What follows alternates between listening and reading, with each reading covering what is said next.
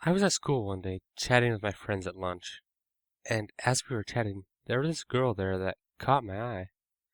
She was a bit of a homely looking girl, but she looked absolutely ravaging to me. I continued on with the school year, but as the days went by, I became increasingly infatuated with her. During the last week of school, I approached her and asked her for her cell phone number.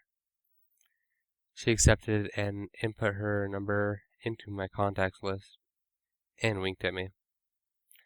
I was so excited I could barely stop myself from texting her the day after.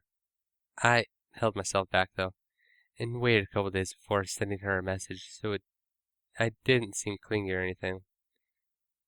We had begun texting back and forth, talking about what we were doing for the summer, how our year was, some information about each other, etc. I had been getting up the urge to ask her out before, but before I could, she asked me herself if we could meet up sometime. I happily obliged, and we began talking about the times and where we could meet up. I wasn't so good with planning things, so I let her do most of the deciding. She had wanted me to come over to her house to hang out and have a barbecue with her parents. It sounded awesome, so I obviously accepted. She gave me her address, and I was going to head over there within the next weekend. It wasn't that far away, so with my new driver's permit, driving over there would be quite easy. She began to get a bit more personal with me after the next few days, and I will admit we talked about some nasty things. Pictures were swapped, and it was incredibly fun. We didn't show pictures of our faces for privacy reasons, but all the same, it was incredibly amazing. But Friday, the day before I was supposed to meet up with her, we ran into each other at the local grocery store. I uttered her name, but she seemed bewildered. She told me that that wasn't her name, and then continued to ask me why I have not texted her.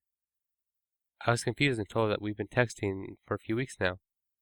The look on her face obviously disagreed with me, but I showed her some of the texts and the phone number. She told me she accidentally got the two of the digits mixed up, and we had not been talking at all. I got her actual number and exited the store in horror. I did not arrive Saturday, and got multiple texts from the stranger asking where I was, what I was doing, but I just ignored them and blocked their number.